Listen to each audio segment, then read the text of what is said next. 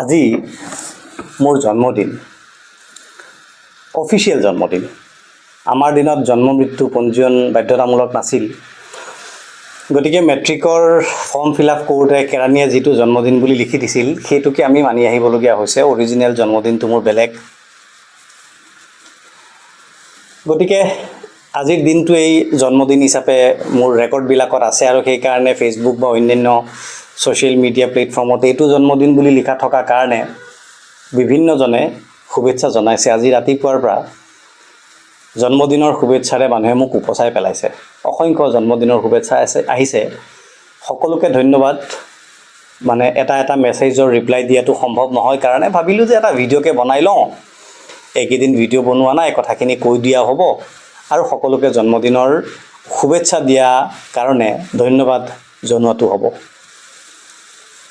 আজি মোৰ কিমানতম জন্মদিন মই এইটো অফিচিয়েলি ৰাজহুৱাকৈ এই মুহূৰ্তত কৈ নিদিওঁ, কিন্তু জীৱনৰ আধা বসন্ত অতিক্ৰম কৰিছোঁ। ভাৰতীয় পুৰুষৰ গড় আয়ু, মানে যদি আমি এভাৰেজ মেইল লাইফ এক্সপেক্টেঞ্চি বুলি যিটো কোৱা হয় সেইটো হিচাপে ধৰোঁ, সেইটো হৈছে ভাৰতীয় পুৰুষৰ গড় আয়ু 66.23, মানে 66 বছৰ 3 মাহ। যদি সেইটোৱেই আমাৰ ভাৰতীয় মানুহৰ গড় আয়ু হিচাপে আমি ধৰি লওঁ যে সিমান বছৰ মানুহ বাচে বা 70 বছৰ বাচে বুলি আমি যদি ধৰি লওঁ, তেতিয়াহ'লে আধা বসন্ত পাৰ কৰি বহুদূৰ আগবাঢ়ি আহিলোঁ। এই সময়খিনিত পালোঁ কি আৰু হেৰুৱালোঁ কি? প্ৰায় মানুহে জন্মদিনত বা অন্যান্য উপলক্ষত এই হিচাপটো কৰে। বিভিন্ন লেখক, সাহিত্যিক, বুদ্ধিজীৱীয়ে বিভিন্ন লেখা লিখে, বিভিন্নজনে বিভিন্ন ধৰণৰ কথা কয় যে জীৱনটো আমি কেনেকৈ উপভোগ কৰিলোঁ, জীৱনটোত আমি পালোঁ নে হেৰুৱালোঁ। ৰিচেণ্টলি মোৰ লাইফত এটা ঘটনা ঘটি গ'ল আজি 2-4 দিনমান আগতে, আপোনালোক বহুতে নিশ্চয় জানে। 22 তাৰিখে এইটো মোৰ প্ৰাপ্তি আছিল নে এইটো মোৰ ঘাটতি আছিল, মানে প্ৰাপ্তিৰ বিপৰীত আছিল। মই এইটো পালোঁ নে হেৰুৱালোঁ, এই কথাবিলাক মনলৈ আহে, বিভিন্ন ধৰণৰ ভাৱ আহে। সৰুতে মোৰ মায়ে এবাৰ চোতাল সাৰি আছিলে। চোতাল সাৰোঁতে বিৰাট ধূলি উৰিছে। মই মাক ক'লোঁ, ইমান ধূলি কিয় উৰুৱাইছা? মায়ে মোক ওচৰলৈ মাতি নিলে আৰু নি পেলাই এফাকি কবিতা গাই দিলে। মই মৰিলেও দিন গ'লে ৰাতি হ'ব, জোনবেলি ওলাই থাকিব, গছত ফুলিব ফুল, নিজ বাটে নক্ষত্ৰ ঘূৰিব। এই বিশাল বিশ্বত এটি ক্ষুদ্ৰ ধূলিকণা মই। কোনোবা বিখ্যাত এগৰাকী কবি এটা সময়ৰ, তেখেতৰ এটা কবিতা, আৰু বহুত মানুহে কিন্তু কবিতাটো জানে যে এই বিশাল বিশ্বৰ এটি অতি ক্ষুদ্ৰ ধূলিকণা মই। মোৰ মায়ে ক'লে যে এই যে ধূলিকণাবোৰ উৰি আছে দেখিছা, আমি এটা ধূলিকণাৰ সমান। কথাটো হয়। মই জিয়াউৰ ৰহমান পৃথিৱীত আছোঁ নে নাই, কাৰ কি প্ৰয়োজন? মই থাকিলেও কাৰ লাভ আৰু মই নাথাকিলে কাৰ কি লোকচান? আপুনি অংকটো কৰি চাব। এইটো এটা বৰ অবুজ সাঁথৰ। ভয়েজাৰ 1 বুলি এখন স্পেচ ক্ৰাফ্ট আমেৰিকাৰ নাছাই পঠিয়াইছিল। মই এখন ফটো আপোনালোকক দেখুৱাই আছোঁ। ফটোখন এবাৰ চাই লওক। চাব, এই ফটোখনৰ মাজত এটা বিন্দু দেখা পাইছেনে? এই বিন্দুটো হৈছে ভয়েজাৰ 1 নামৰ নাছাই যিখন মহাকাশ যান এৰিছিল, সেই মহাকাশ যানখনে লোৱা এখন ফটো। মহাকাশ যানখন, স্পেচ ক্ৰাফ্টখন নাছাই বোধকৰোঁ 77 নে 79ত মহাকাশলৈ পঠিয়াইছিল যে বিশ্ব ব্ৰহ্মাণ্ডৰ গতিবিধি, বিশেষকৈ সৌৰজগতৰ বাহিৰলৈ গৈ পৃথিৱীৰ গতিবিধি নিৰীক্ষণ কৰিবৰ কাৰণে। বহুত বছৰ তেওঁলোকে বিভিন্ন ধৰণৰ ফটো ল'লে। 1990 চনত এই ফটোখন তোলা হৈছিল। চাব, সূৰ্যৰ পৰা কিছুমান বিশেষ ৰশ্মি ওলাই আহিছে, বিভিন্ন ৰঙৰ কিছুমান ৰশ্মি ওলাই আহিছে। সেই ৰশ্মিবোৰত কোটি কোটি গ্ৰহ নক্ষত্ৰ আছে আৰু সেই ৰশ্মিবোৰৰ মাজত পৃথিৱী, মানে এই যে বিন্দুটো যিটোৰ কথা মই ক'লোঁ, সেই বিন্দুটো দেখা পোৱা গৈছে। বিশ্লেষণ কৰি দেখা গ'ল যে সেই বিন্দুটো কি জানেনে? বহুতে জানে। সেই বিন্দুটোৱেই পৃথিৱীখন, আমাৰ এই পৃথিৱীখন। গতিকে আমাৰ এই বিশাল বিশ্বৰ মাজৰ এই সৰু বিন্দুটোৰ মাজত, এই সৰু বিন্দুটো হৈছে পৃথিৱীখন। এই সৰু বিন্দুটোৰ মাজত আমাৰ পৃথিৱী, মানে পৃথিৱীখন, তাৰ ভিতৰত এছিয়া মহাদেশ, তাৰ ভিতৰত ভাৰত, তাৰ ভিতৰত অসম, তাৰ ভিতৰত গুৱাহাটী, তাৰ ভিতৰত হাতীগাঁও, সেই হাতীগাঁৱত জনপথ, সেই জনপথৰ অসংখ্য ঘৰৰ ভিতৰত মই থকা ঘৰটো, ভাবকচোন এবাৰ মই কিমান ডাঙৰ মানুহ বা কিমান সৰু মানুহ। এই যে ডাঙৰ মানুহ সৰু মানুহ হোৱাৰ যিটো প্ৰতিযোগিতা, যিটো মানসিকতা, যিটো অহংকাৰ, ইয়াৰ কিবা অৰ্থ আছে জানো? এই ফটোখনলৈ চালে সেই অৰ্থটো কিবা মানে কোনোবাই কিবা অৰ্থ উলিয়াব পাৰিবনে? মোৰ লগত যিটো ঘটনা ঘটি গ'ল, এই ঘটনাটোৱে মোক মৰ্মাহত কৰিলে। সেই বিষয়ে মই আলোচনা নকৰোঁ, কিন্তু বহুতে ভাবে যে মই হয়তো নিৰ্বাচন খেলিম, হয়তো মই নেতা হ'ম, ৰাজনীতিত আহিছোঁ, মন্ত্ৰী হ'বলৈ মন, সাংসদ হ'বলৈ মন, বিধায়ক হ'বলৈ মন, আৰু কিবা হ'বলৈ মন। মই বহুতক কৈছোঁ হয়তো হ'ম, হয়তো চেষ্টা চলাম, কাৰণ পাৰ্লিমেণ্টাৰী পলিটিক্সত আপুনি নিৰ্বাচিত হ'ব লাগিব, কিন্তু কেৱল সেয়াই লক্ষ্য নহয়। মই মোৰ জীৱনটোৰ আলোচনা কৰিবলৈ যাওঁতে এই কথাটো আপোনালোকক ক'বলগীয়া হৈছে যে মোৰ জীৱনটোৰ কেৱল সেয়াই লক্ষ্য নহয়, মন্ত্ৰী বিধায়ক হোৱা কেৱল লক্ষ্য নহয়। যিহেতু মই এই বিশাল বিশ্বৰ এটা ক্ষুদ্ৰ ধূলিকণা, আৰু মই ধূলিকণাটোৰ চাৰিওদিশে কিছুমান মানুহ আছে যিসকলে নিজৰ এই ধূলিকণা হোৱাৰ অনুভৱটো তেওঁলোকে কৰিব পৰা নাই। তেওঁলোকক যদি মই মোৰ দুআষাৰ কথাৰে, দুআষাৰ বাক্যৰে এটা সঠিক গতি সন্ধান দিব পাৰোঁ, যদি তেওঁলোকৰ জ্ঞানচক্ষু মুকলি কৰাই দিব পাৰোঁ, দেশৰ নাগৰিক হিচাপে আমাৰ যি অধিকাৰ, এই সকলো মানুহৰ যি অধিকাৰ, সেই অধিকাৰবোৰ যে আমাৰ মানুহবোৰে পোৱা নাই, তাৰ কাৰণে আমাৰ দেশৰ সংবিধানে বান্ধি দিয়া বিধি অনুসৰি মানুহবোৰক আমি যদি সচেতন কৰি তুলিব পাৰোঁ, মানুহক মানুহ হোৱাৰ যিটো অনুভৱ, সেইটো যদি আকৌ বহুতৰ আমি ঘূৰাই আনিব পাৰোঁ, অনুভৱ কৰাই দিব পাৰোঁ, সেইটো জীৱনৰ সাৰ্থকতা, সেইটো মানে ৰাজনীতিৰ সাৰ্থকতা। হয়তো নিৰ্বাচন খেলিব লগা হ'ব পাৰে, হয়তো খেলিবও পাৰোঁ, হয়তো মন্ত্ৰী হৈ যাব পাৰোঁ যদি কপালত আছে। মই সদায় মোৰ বন্ধুমহলক কওঁ যে চোৱা, ৰাজনীতিটো বৰ সহজ কাম নহয়। ৰাজনীতি কৰিবলৈ একো নালাগে, মূৰৰ আগফালটো লাগে আৰু মূৰৰ পিছফালটো লাগে। মূৰৰ আগফালটো মানে কপাল, ভাগ্য নহ'লে ৰাজনীতি কৰিব নোৱাৰি, ভাগ্যত থাকিবই লাগিব, ৰাজভোগ থাকিবই লাগিব। আৰু পিছফালটো মানে মগজুটো খটুৱাব জানিব লাগিব। গতিকে সময় নিৰ্ধাৰণ কৰিব ৰাজনীতিত কোনোবা সফল হ'ব নে নহ'ব, মই সফল হ'ম নে নহ'ম, আন পৃথিৱীত যি উদ্দেশ্য লৈ মোক জন্ম দিয়া হৈছে সেই উদ্দেশ্য সফল হ'ব নে নহ'ব, মই কাৰোবাৰ কিবা কামত আহিব পাৰিম নে নোৱাৰিম, এইবোৰ সময় নিৰ্ধাৰণ কৰিব। কৈছিলোঁ যে মোৰ বিৰুদ্ধে এটা ডাঙৰ ষড়যন্ত্ৰ হৈ গ'ল। মই ব্যক্তিগত কথাটো আলোচনা নকৰোঁ, কিন্তু এই কথাটো মই ক'ব লাগিব। কৈছিলোঁ যে মোৰ বিৰুদ্ধে এটা ডাঙৰ ৰাজনৈতিক ষড়যন্ত্ৰ হৈ গ'ল। ষড়যন্ত্ৰ কোনে কৰিলে? আৰু এইটো স্পষ্ট, সকলোৱে জানে যে এটা গুলিত বহুতকেইটা চিকাৰ কৰা হ'ল। প্ৰথম চিকাৰটো হ'ল প্ৰতিশোধ। মই সৰ্বানন্দ সোণোৱাল ডাঙৰীয়াৰ গাঁৱত গ'লোঁ, তেওঁৰ ঘৰৰ পিছফালৰ দলং দেখুৱালোঁ, তেওঁৰ ৰাস্তা দেখুৱালোঁ। মুখ্যমন্ত্ৰী হৈ 5 বছৰ থাকিল, দলং বনাব নোৱাৰিলে, নিজৰ ৰাস্তা বনাব নোৱাৰিলে, প্ৰতিশ্ৰুতি দিয়া কাম কৰিব নোৱাৰিলে। তেখেত এগৰাকী জাতীয় নায়ক আখ্যা পোৱাৰ পিছতো অসমীয়া মানুহক তেওঁ কেনেকৈ দায়িত্ব পালন নকৰিলে, দিল্লীৰ ওচৰত আঁঠু ল'লে আৰু মানুহক ঠগিলে, তেখেতৰ চোতালত বহি ভিডিঅ' বনাই সেই কথাটো 7টা প্ৰমাণ কৰি থৈ আহিছিলোঁ। তেখেতক যিসকলে ভাল পায় বা তেখেতৰ যিসকল অনুগামী, তেখেতৰ যিসকল লগত থকা মানুহ, মই সোণোৱাল ডাঙৰীয়াৰ বিষয়ে একো নকওঁ, কিন্তু লগত থকা যিখিনি মানুহ, তেওঁলোকৰ জানো এইটো সহ্য হ'ব? কাৰণ তেখেতসকলে সোণোৱাল ডাঙৰীয়াৰ জৰিয়তেইতো নিজৰ পেট পুহি আছে। প্ৰতিশোধ ল'লে, সোণোৱাল ডাঙৰীয়াৰ চেনেলেই আটাইতকৈ বেছি কৰিলে। মই ক'লোঁ সম্পাদকগৰাকীক, মোৰ বন্ধু মানুহ, যে ছাৰ, চান্স পাই পেলাই বাঁহটো মাৰি দিলে, বাঁহটো দি দিলে, যিয়ে নহওক। এইবোৰ থাকে। আজমল ডাঙৰীয়াক পৰাজিত কৰাৰ ক্ষেত্ৰত মোৰ এটা গুৰুত্বপূৰ্ণ ভূমিকা আছিল। মানে মোক জানাসকলে বা ক্ল'জ চাৰ্কলৰ মানুহে কথাটো জানে, তেওঁলোকৰ মানুহো প্ৰতিশোধ ল'ব পাৰে। গতিকে প্ৰথম কাৰণটো আছিল প্ৰতিশোধ। দ্বিতীয়টো কি, যে মই টিভিত যাওঁ, টিভিত গৈ মই চৰকাৰ পক্ষক, মানে এটা শব্দ ব্যৱহাৰ কৰিছোঁ, মোৰ নিজৰ মুখেৰে ব্যৱহাৰ কৰাটো উচিত নহয়, তথাপি কৈছোঁ যে মই চৰকাৰ পক্ষক ধৰাশায়ী কৰি দিওঁ কেতিয়াবা। এবাৰ অসম চৰকাৰে উন্নয়নৰ কামতকৈ বিজ্ঞাপনত বেছি পইচা খৰচ কৰিছে, এই কথাটো লৈ বিতৰ্ক হওঁতে মন্ত্ৰী জয়ন্ত মল্ল বৰুৱা ডাঙৰীয়াক মই নিশ্চুপ কৰাই দিছিলোঁ। ভিডিঅ'টো আছে ছ'চিয়েল মিডিয়াত, আপোনালোকে চাব। আৰু সেই তেতিয়াৰ পৰাই এটা নেৰেটিভ বনি গ'ল, গভৰ্ণমেণ্টৰ বিৰুদ্ধে সকলোৱে ক'বলৈ আৰম্ভ কৰিলে যে এখন চৰকাৰে বিজ্ঞাপনত আটাইতকৈ বেছি টকা খৰচ কৰিছে। হিতাধিকাৰী আঁচনি দি মানুহক এলেহুৱা কৰিছে, হিতাধিকাৰী আঁচনিৰে উন্নয়ন হোৱা নাই, অনুন্নয়ন হৈছে, এই কথাবোৰ চৰকাৰৰ বিপক্ষে যায়।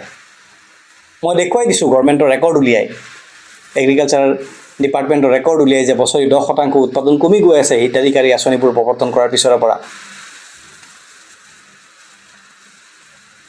মানে কৃষি ক্ষেত্ৰৰ উৎপাদন।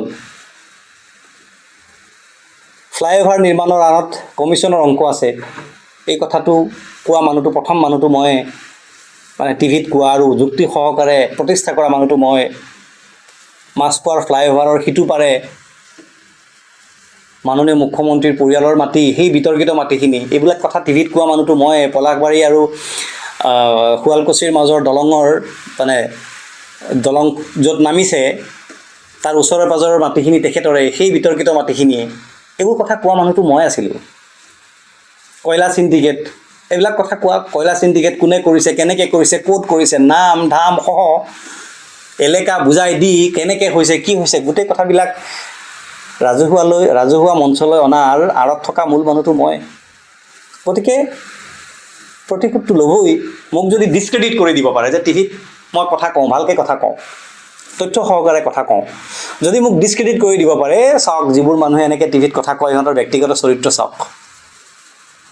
ষড়যন্ত্ৰ, এনেকেই ষড়যন্ত্ৰ হয়। বহুত ডাঙৰ ডাঙৰ ৰাজনীতিকৰ বিৰুদ্ধে এনেকৈ ষড়যন্ত্ৰ হৈছে, বহুত ডাঙৰ ডাঙৰ ৰাজনীতিকৰ বিৰুদ্ধে এনেকুৱা ষড়যন্ত্ৰ হৈছে।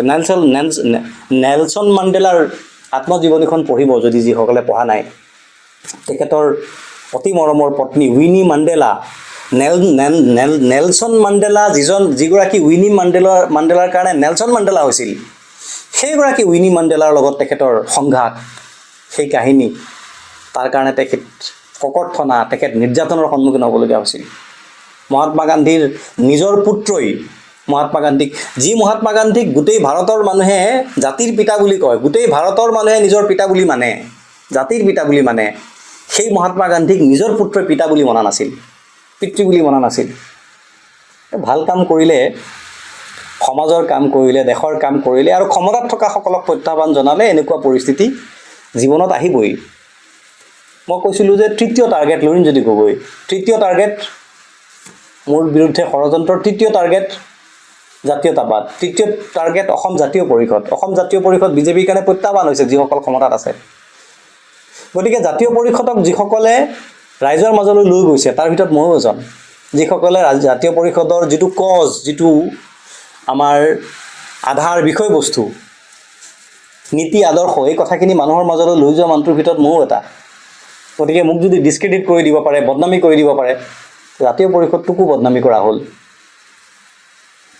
4 নম্বৰ গুলিটো কি, 4 নম্বৰ কাৰণটো কি? মুখ্যমন্ত্ৰী হিমন্ত বিশ্ব শৰ্মা ডাঙৰীয়াই যোৱা বিধানসভা নিৰ্বাচনৰ আগত কৈছিল যে যিসকলে, আজমল ডাঙৰীয়াৰ এটা বক্তব্যৰ হাত ধৰি, যে আজমল চাহাবক কৈছোঁ যিমান বিয়া পাতিব আছে ইলেকশ্যনৰ আগত পাতি লওক, ইলেকশ্যনৰ পিছত বহু বিবাহ নিষিদ্ধ কৰিম। ইলেকশ্যনৰ পিছত বহু বিবাহৰ প্ৰসংগও নাই, এই বিষয়ে আলোচনা হোৱা নাই। গতিকে বিষয়টো আলোচনাৰ মাজলৈ আনিব লাগিব। গতিকে ইয়াৰ জৰিয়তে এটা পৰিৱেশ ৰচনা কৰা হ'ল, এটা সাম্প্ৰদায়িক পৰিৱেশৰ ৰচনা কৰা হ'ল। দেখিছে আপোনালোকে, বুজিছে আপোনালোকে, এটা অতি পৰিকল্পিত প্ৰি প্লানড, ৱেল ষ্ট্ৰেটেজাইজড এখন ড্ৰামা সেইদিনাখন মোৰ ঘৰত কৰা হ'ল, মোক বদনামী কৰা হ'ল, মই আঘাত পাইছোঁ। কিন্তু একে সময়তে মই কওঁ যে এইবোৰ কথা মই পাহৰি গৈছোঁ, এইবিলাক কথা মনত ৰখা মানুহ মই নহয়, মই কেতিয়াবাই পাহৰিছোঁ, তেতিয়াই পাহৰিছোঁ। কিন্তু মই কথাখিনি আপোনালোকক এইকাৰণে কৈছোঁ যে কথাখিনি কোৱাৰ প্ৰয়োজন আছিল, ৰাইজে কথাবোৰ জনা প্ৰয়োজন আছিল, যিহেতু মই ৰাইজৰ মাজত থাকোঁ।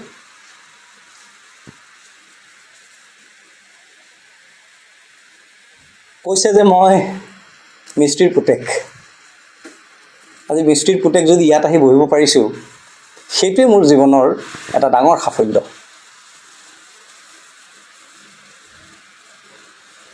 এইটো মিস্ত্ৰীৰ পুতেক যদি ওপৰলৈ যায় প্ৰশংসা কৰিব লাগে। মিস্ত্ৰীৰ পুতেক খোৱাটো মোৰ অপৰাধ নাছিল। মিস্ত্ৰীৰ পুতেকে যদি ওলাই আহি ৰাইজৰ কাৰণে কিবা কৰিব পাৰিছে তেতিয়াহ'লে তেওঁৰ এইটো উত্তৰণ হৈছে জীৱনত, এইটো তেওঁৰ ছাকচেছ। কৈছে যে লস্কৰ মোৰ টাইটেল, বৰভূঞা টাইটেল। যিসকলে নাজানে তেওঁলোকক আকৌ কৈছোঁ, লস্কৰ অসমীয়া টাইটেল, ভূঞাৰ ওপৰত বৰভূঞা, এইবিলাক অসমীয়া টাইটেল। মাটি ফুটি ওলোৱা মানুহ মোৰ পূৰ্বপুৰুষ। সেই কথাবিলাকত মই নাযাওঁ, সেইবিলাক বেলেগ ধৰণৰ কথা। গতিকে আজিৰ এই জন্মদিনটোত মই ভাবিছোঁ জীৱনটোত মই কৰিলোঁ কি, দিলোঁ কি ৰাইজক, আৰু মই পালোঁ কি। মানে এই যে জীৱনটো, এইটোত আমি পালোঁ নে হেৰুৱালোঁ, জীৱনটো যিমান আগবাঢ়ি গৈ থাকে, বয়স কিমান বাঢ়ি গৈ থাকে, আয়ু কিমান কমি গৈ থাকে, এইটো আমি পালোঁ নে হেৰুৱালোঁ, এই যিটো ডিবেট, এইটো এটা অন্তহীন ডিবেট। মোৰ এগৰাকী শিক্ষাগুৰু আৰু মোৰ গুৰু সদৃশ আতৰ আলী চৌধুৰী, আপোনালোকৰ বহুতে চিনি নাপাব, মই য'ত পঢ়িছিলোঁ নীলবাগান হায়াৰ ছেকেণ্ডেৰী, তাতে শিক্ষক আছিলে, অসমীয়া পঢ়াইছিলে আমাক। তেখেতৰ এটা বৰ ভাল কবিতা মোৰ এতিয়াও মনত আছে, দিয়া চলাই। গাৰুৰ তলত চলাইটো, তাৰ ওপৰত নিশ্চিত মূৰটো, শুই শুই ভাবিছোঁ পৃথিৱীত শান্তিৰ কথা। এই যে জুই চলা বাকচটো গাৰুৰ তলত লৈ আমি আগৰ দিনত মানুহে শুইছিলে, এতিয়াও ব্যৱহাৰ হয়। এই জুই চলাৰ এটা কাঠিৰে আপুনি পৃথিৱীখন জ্বলায়ো দিব পাৰে, আৰু আপুনি তাৰে ভাত ৰান্ধিও খাব পাৰে। ভাত ৰান্ধি খোৱা এইটো ভাল কাম, সৃষ্টি। আৰু কাৰোবাৰ ঘৰ জ্বলাই দিব পাৰে, এইটো ধ্বংস। গতিকে আপুনি আপোনাৰ জীৱনটোৰে ধ্বংস কৰিব নে সৃষ্টি কৰিব, এইটো আপোনাৰ কনভিকশ্যন, আপোনাৰ কথা। যিদিনা ৰাজনীতিলৈ আহিছিলোঁ, বহুত মানুহে কথাবিলাক নাজানে, আমি যিসকল পাৰ্টিটোৰ কোৰ মানুহ, আমাৰ যিসকল জ্যেষ্ঠ তেওঁলোকে কিছুমান কথা শিকাই দিছিলে। যিদিনাখন ৰাজনীতিলৈ প্ৰথম আহিছিলোঁ, সেইদিনাখন মোৰ মানে জ্যেষ্ঠসকলে, বিশেষকৈ এগৰাকী জ্যেষ্ঠই মোক বহাই লৈ এটা দীঘলীয়া ট্ৰেইনিং দিছিল, বহুত কথা কৈছিল যে অসংখ্য ধৰণৰ ঘটনা জীৱনত ঘটিব, বহুত ধৰণৰ প্ৰত্যাহ্বান আহিব। এই যিটো ঘটনা মোৰ লগত ঘটিল, তেনেকুৱা ধৰণৰ ঘটনাৰো সম্ভাৱনা ব্যক্ত কৰিছিল, যে পৰিয়ালৰ মানুহক ব্যৱহাৰ কৰিব, কৰি পেলাই মানে বদনাম কৰিবলৈ চেষ্টা কৰিব, মানসিকভাৱে ভাঙিবৰ কাৰণে চেষ্টা কৰিব। হতাশ নহ'বা কৈছিল মোক, আৰু হতাশ নহওঁ, হতাশ হোৱাৰ সেই মানসিকতা মোৰ নাই, হতাশ কোনোদিন হোৱাও নাই, নহওঁ। কোনেও হতাশ কৰিব নোৱাৰে। আজি জন্মদিনটোত, যিহেতু মানে চৰকাৰী জন্মদিন বুলি কৈছোঁ, অফিচিয়েল জন্মদিন, তৰুণ গগৈ ডাঙৰীয়াৰ 2টা জন্মদিন আছিল, বহুত মানুহৰ 2টা জন্মদিন, মোৰো, সম্ভৱতঃ অমিতাভ বচ্চনৰো 2টা জন্মদিন, বহুত মানুহৰ এনেকৈ আছে। এটা কবিতা আপোনালোকক পঢ়ি শুনাওঁ, ক'ৰবাত পাইছিলোঁ কবিতাটো, মই টুকি থৈছিলোঁ। হেঁপাহবোৰ হেনো বেছিকৈয়ে দৌৰে জীৱনৰ নমনা সিপাৰলে। হেঁপাহবোৰ হেনো বেছিকৈয়ে দৌৰে জীৱনৰ নমনা সিপাৰলে, মনিব নোৱাৰা সিপাৰ যিটো জীৱনৰ। জীৱন অগ্নিৰ লেলিহান শিকাত তপত হোৱা মনত হেনো আশাবোৰ বেছিকৈয়ে জাগে, সপোনবোৰক দিঠক কৰিবলৈ। তপত হোৱা মনত হেনো আশাবোৰ বেছিকৈয়ে জাগে, সপোনবোৰক দিঠক কৰিবলৈ। জীৱন যুঁজৰ বহু ধুমুহাটো হেনো হাৰ নামানে বাৰে বাৰে বাধাৰ সন্মুখীন হোৱাসকলে। কাৰণ কাঁইটীয়া গছতো সুবাস সামৰি গোলাপ হৈ ফুলাৰ ক্ষমতা সেইসকলৰ আছে। জীৱনটোত কি পালোঁ, কি হেৰুৱালোঁ, এইবোৰ সময়ে বিচাৰ কৰিব, কিন্তু গোলাপ হৈ ফুলাৰ বৰ হেঁপাহ আছে। যিসকলে জন্মদিনৰ শুভেচ্ছা জনাইছে, সকলোকে ধন্যবাদ জনাইছোঁ। কেৱল মুখেৰে ধন্যবাদ শব্দটোহে উচ্চাৰণ কৰাৰ ক্ষমতা আছে, তাতকৈ ওপৰত একো নাই। এই বিশাল বিশ্বৰ এটা নগণ্য ধূলিকণা মই আছোঁ নে নাই, পৃথিৱীৰ কোনো মানুহৰ একো ফৰক নপৰে। গতিকে এই ধূলিকণাকো যদি কোনোবাই শুভেচ্ছা জনাইছে, সাহস দিছে, যিসকল মোৰ এই বিপদৰ সময়ত অসংখ্য মানুহ মোৰ ঘৰলৈ আহিছে, অসংখ্য মানুহ ঘৰলৈ আহিছে, বহুত মানুহে ফোন কৰিছে আৰু হাজাৰ হাজাৰ মানুহে ছ'চিয়েল মিডিয়াত মোৰ ফেভাৰত মোক সমৰ্থন কৰি বক্তব্য প্ৰদান কৰিছে। সকলোকে ধন্যবাদ। মোক যিসকলে বদনাম কৰিবলৈ চেষ্টা কৰিছে, যিসকলে মোৰ এটা ভুলৰ সুযোগ লৈছে, ভুল এটা হৈছিলে মোৰ জীৱনত, এটা ভুলৰ যিসকলে সুযোগ লৈছে, সেইসকলৰ প্ৰতি মোৰ একো বিদ্বেষ নাই, বিৰাগ নাই। তেওঁলোকৰো ভাল হওক, কাৰো অনিষ্ট নিবিচাৰোঁ। মোৰ গাৰুৰ তলত থকা জুই চলা বাকচটোৰে, দিয়া চলাইটোৰে মই একোৰা জুই জ্বলাব খোজোঁ, যিকোৰা জুয়ে চাকি হৈ পোহৰ দিব। আৰু এই কথাবোৰ সকলোৱে নুবুজিব, যিসকলে বুজিব কেৱল সেইসকলক কৈছোঁ। সকলোকে ধন্যবাদ।